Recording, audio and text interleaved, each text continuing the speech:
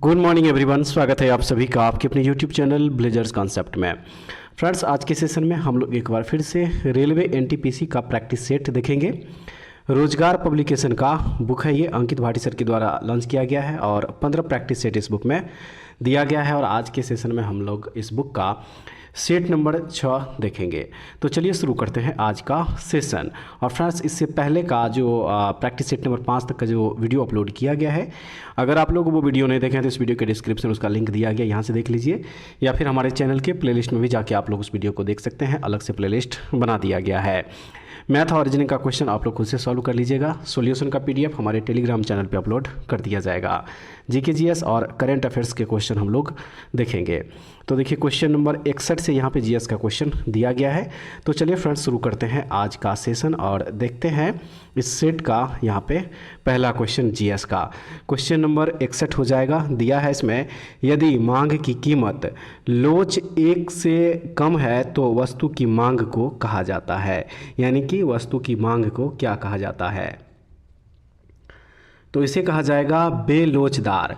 ठीक है, क्या कहा जाएगा? बेलोचदार कहा जाएगा।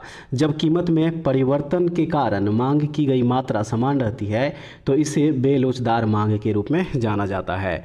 ऑप्शन नंबर जो डी दिया है सही आंसर हो जाएगा। चलिए अब नेक्स्ट क्वेश्चन देखेंगे। भारत में निम्नलिखित में से किस मौसम को परिवर्तनीय मौसम के नाम से जाना जाता है? तो वह मौसम है मानसून की वापसी। ठीक है, देखिए, मध्य सितंबर एवं अक्टूबर में मानसून के पीछे हटने या लौटने को सामान्यतः मानसून का निवर्तन कहा जाता है और भारत में मानसून की वापसी को परिवर्तनीय मौसम के नाम से भी जाना जाता है। ऑप्शन नंबर सी इसका सही आंसर होगा। चलिए अब अगला प्रश्न जो दिया गया है इसको देखेंगे। प्रश्न नंबर हो जाएगा 63। दिया है इसमें कि मौर्यकाल में युक्त नामक अधिकारी किससे संबंधित थे? तो ये संबंधित थे राजस्व वसूली से। ठीक है, मौर्य काल में युक्त राजस्व वसूली का प्रभारी अधिकारी होता था। ऑप्शन नंबर बी हो जाएगा इस क्वेश्चन का सही आंसर। नेक्स्ट क्वेश्चन दिया है कि निम्नलिखित में से किसे भारत में एक फसल के तौर पर वर्गीकृत नहीं किया गया है? तो वह हो जाएगा निशा। ठीक है, बाकी जायद, रबी, खरीफ ये सब जो है भारत में फसल के प्रकार है। तो ऑप्शन नंबर जो ए दिया हुआ है निशा, इस क्वेश्चन का यहाँ पे सही आंसर हो जाएगा। नेक्स्ट क्वेश्चन है, हिंद प्रशांत क्षेत्र में कैंसर के बोझ को घटाने के उद्देश्य से क्वाड देशों ने किस पहल की शुरुआत की है? राइट आंसर हो जाएगा कैंसर मूनशॉट इनिशिएटिव पहल की शुरुआत किया गया है। क्वाड देशों के 6वें शिखर सम्मेलन में कैंसर मूनशॉट पहल की शुरुआत की गई और इसका आयोजन अमेरिका के विल्मिंगटन डेलावेयर में हुआ था। ऑप्शन नंबर ए सही आंसर होगा। देखेंगे अब अगला प्रश्न। प्रश्न नंबर हो जाएगा 66। ठीक है, दिया है इस प्रश्न में कि निम्नलिखित में से कौन सी भारतीय संविधान की संघीय विशेषता नहीं है?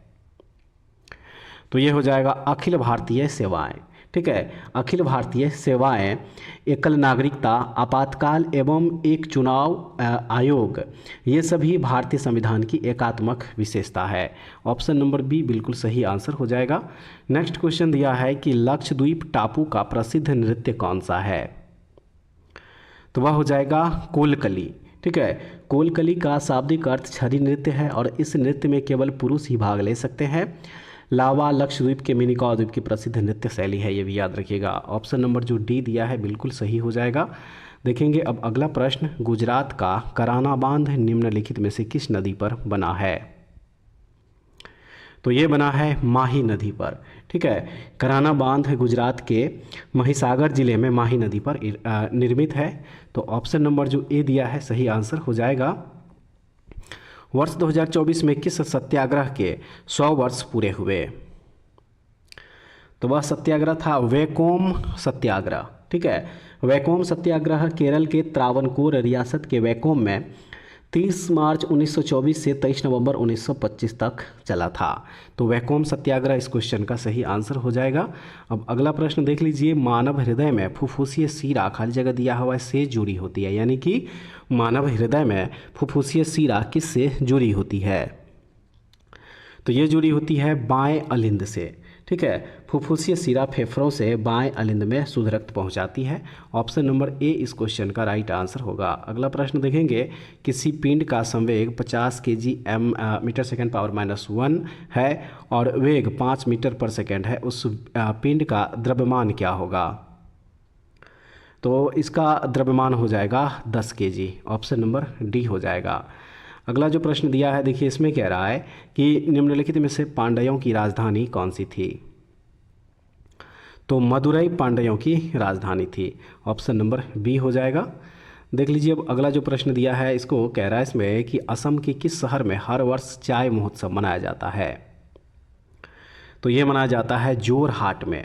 ठीक है, जोरहाट में ये महोत्सव मनाया जाता है। Option number B.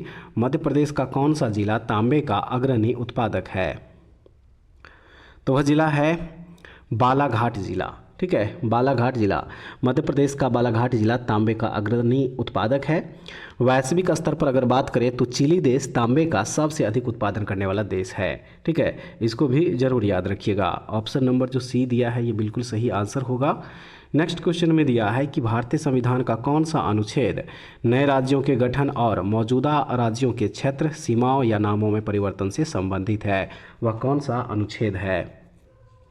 तो वह अनुच्छेद है अनुच्छेद 3।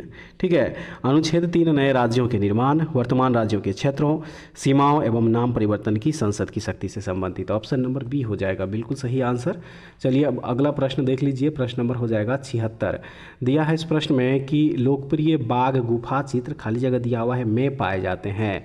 यानी कि लोकप्रिय बाघ गुफा चित्र कहाँ पाए जाते हैं? तो ये पाए जाते हैं मध्य प्रदेश में। ठीक है, लोकप्रिय बाघ गुफा चित्र मध्य प्रदेश राज्य के धार जिले में दक्षिणी ढलानों के मध्य स्थित 9 रॉक कट स्मारकों का एक समूह है और बाघ गुफा में बुद्ध और अन्य धार्मिक कथाओं का चित्रण किया गया है। ऑप्शन नंबर ए है सही। बोमेन संपुट, खाली जगह दिया हुआ है, को ढके रहती है। राइट आंसर इसका हो जाएगा, देख लीजिए यहाँ पे, केसिका गुच्छ को ढके रहती है। वोमेन संपुट केसिका गुच्छ को ढके रहती है। ये ऑप्शन नंबर बी हो जाएगा बिल्कुल सही आंसर। कर्क रेखा, खाली जगह दिया हुआ है, के सिवाय निम्नलिखित सभी राज्यों से होकर के गुजरती है। तो हो जाएगा यहाँ पे हरियाणा। कर्क रेखा हरियाणा के सिवाय निम्नलिखित सभी राज्यों से होकर गुजरती है। ऑप्शन नंबर सी बिल्कुल सही आंसर हो जाएगा। याद रखिएगा फ्रेंड्स, भारत में कर्क रेखा कुल 8 राज्यों से होकर के गुजरती है और वे 8 राज्य हैं गुजरात, राजस्थान, मध्य प्रदेश, छत्तीसगढ़, झारखंड, पश्चिम बंगाल, त्रिपुरा एवं मिजोरम। तो ऑप्शन नंबर सी हरियाणा से होकर के कर्क रेखा नहीं गुजरती है। देखेंगे अब नेक्स्ट क्वेश्चन, गांधी इरविन समझौता कब हुआ था? गांधी इरविन समझौता कब हुआ था?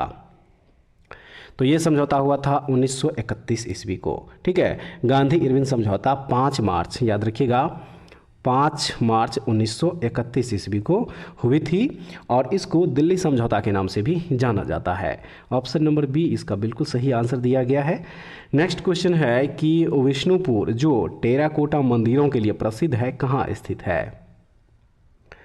ये स्थित है पश्चिम बंगाल में। ठीक है, ये मंदिर टेराकोटा की मदद से बने हैं तथा गौड़ीय वैष्णव संप्रदाय से संबंधित है। ऑप्शन नंबर सी इसका राइट आंसर दिया गया है। संवेग को किसके गुणनफल के रूप में व्यक्त किया जाता है? द्रव्यमान एवं वेग, यानी कि संवेग बराबर होता है द्रव्यमान गुने वेग। ऑप्शन नंबर बी जो है इसका सही हो जाएगा। चलिए अब अगला प्रश्न देखते हैं। उत्तर प्रदेश में पर्यावरण सुरक्षा के लिए बायोप्लास्टिक पार्क कहाँ निर्मित किया जाएगा? तो ये निर्मित किया जाएगा लखीमपुर में। ठीक है, लखीमपुर में ये निर्मित किया जाएगा। ऑप्शन नंबर जो सी दिया हुआ है बिल्कुल सही है। निम्नलिखित में से भारत सरकार के किस अधिनियम के साथ मॉन्टेग्यू चेम्सफोर्ड सुधारों ने प्रांतों में द्वैध शासन की शुरुआत की थी? तो वह अधिनियम था भारत सरकार अधिनियम 1919। ठीक है, भारत सरकार अधिनियम 1919 के तहत। ऑप्शन नंबर जो बी दिया हुआ है। अगला प्रश्न चलिए देख लीजिए, किसी तत्व की परमाणु संख्या कैसे निर्धारित की जाती है? तो इसका सही आंसर हो जाएगा एक परमाणु में स्थित प्रोटॉन की संख्या से। ठीक है, किसी तत्व के परमाणु के नाभिक में उपस्थित प्रोटॉन की संख्या ही उस तत्व की परमाणु संख्या कहलाती है। ऑप्शन नंबर डी बिल्कुल सही हो जाएगा। चलिए अब अगला जो प्रश्न दिया गया है इसको देख लीजिए। प्रश्न नंबर हो जाएगा 85 और इस प्रश्न में कह रहा है कि निम्न में से कौन सा वृद्धि के लिए आवश्यक प्रोटीन प्रदान करता है? तो ये हो जाएगी यहाँ पे दालें। ठीक है, देखिए सभी दालों में प्रोटीन प्रचुर मात्रा में मिलता है और प्रोटीन का सबसे अच्छा स्रोत है सोयाबीन। तो ऑप्शन नंबर ए बिल्कुल सही है। भितरकनिका राष्ट्रीय उद्यान निम्नलिखित में से किस राज्य में स्थित है? तो ये स्थित है ओडिशा राज्य में। ठीक है, भितरकनिका राष्ट्रीय उद्यान ओडिशा में स्थित है और भितरकनिका राष्ट्रीय उद्यान भारत का दूसरा सबसे बड़ा मैंग्रोव पारिस्थितिकी तंत्र है, ये भी याद रखिएगा। ऑप्शन नंबर जो डी दिया हुआ है बिल्कुल सही हो जाएगा। उच्च न्यायालय के न्यायाधीश की सेवानिवृत्ति की आयु क्या है? तो इसकी आयु है 62 वर्ष। याद रखिएगा 15वें संविधान संशोधन 1963 के द्वारा उच्च न्यायालय के न्यायाधीश की सेवानिवृत्ति की आयु 60 वर्ष से बढ़ाकर 62 वर्ष कर दी गई और उच्च न्यायालय के न्यायाधीश की सेवानिवृत्ति आयु 62 वर्ष कर दिया गया। तो ऑप्शन नंबर बी बिल्कुल सही है। भारत के राष्ट्रीय समुद्र विज्ञान संस्थान का मुख्यालय कहाँ स्थित है? तो ये स्थित है गोवा में। ठीक है, इसका मुख्यालय कहाँ है? गोवा में है। अंतर्राष्ट्रीय महिला दिवस कब मनाया जाता है?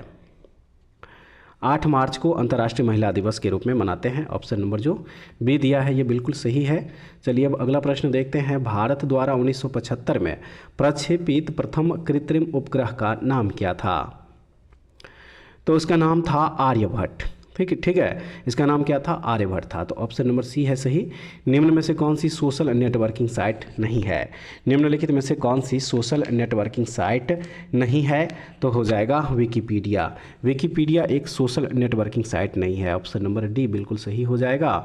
और उसके बाद जो अगला प्रश्न दिया है, चलिए इसको देखते हैं। दिया इसमें कि पानी के 5 अणुओं का द्रव्यमान क्या है? पानी के 5 अणुओं का द्रव्यमान क्या होगा? तो इसका द्रव्यमान हो जाएगा 90 यूनिट। ऑप्शन नंबर बी होगा। ठीक है, अगला जो प्रश्न दिया है इसमें कह रहा है कि पादप कोशिका में श्वसन क्रिया जिसमें वे ऑक्सीजन ग्रहण करते हैं और भोजन से ऊर्जा और कार्बन डाइऑक्साइड मुक्त करते हैं कहाँ होती है?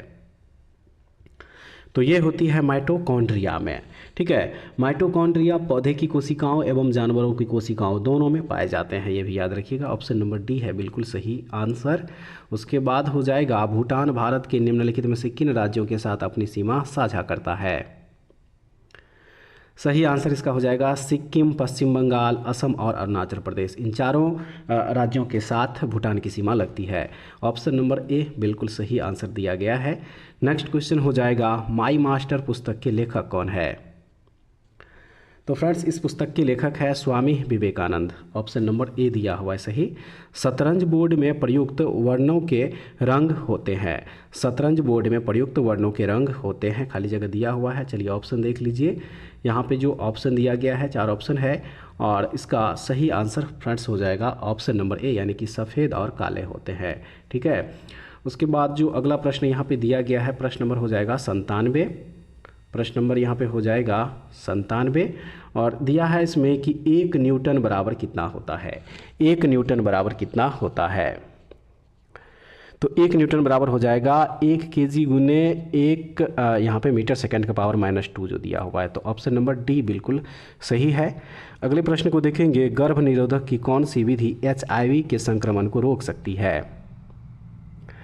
तो वह विधि है केवल रोध विधियाँ, जो कि ऑप्शन नंबर बी में बिल्कुल सही आंसर दिया गया है। और नेक्स्ट क्वेश्चन है कि हाइड्रोजन अणु का नाभिक किससे बना होता है? हाइड्रोजन अणु का नाभिक किससे बना होता है? तो ये बना होता है केवल एक प्रोटॉन से। ऑप्शन नंबर 1 ए जो है ये बिल्कुल सही है।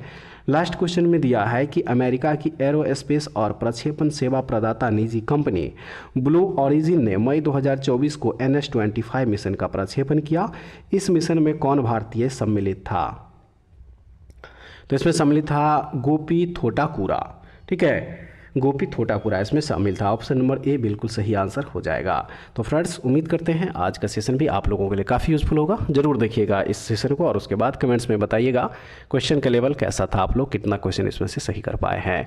मैथ और रीजनिंग का क्वेश्चन एक बार फिर से बता दे रहे हैं। इसका सोल्यूशन का PDF हमारे टेलीग्राम चैनल पर अपलोड कर दिया जाएगा, तो आप लोग वहाँ से डाउनलोड करके और ख़ुद से इसको सॉल्व कर लीजिएगा। टेलीग्राम चैनल का लिंक इस वीडियो के डिस्क्रिप्शन में दिया हुआ है। तो फ्रेंड्स ऐसे ही वीडियो के लिए हमारे चैनल से जुड़े रहिए। अगले वीडियो में दोबारा फिर से मिलेंगे, तब तक के लिए जय हिंद।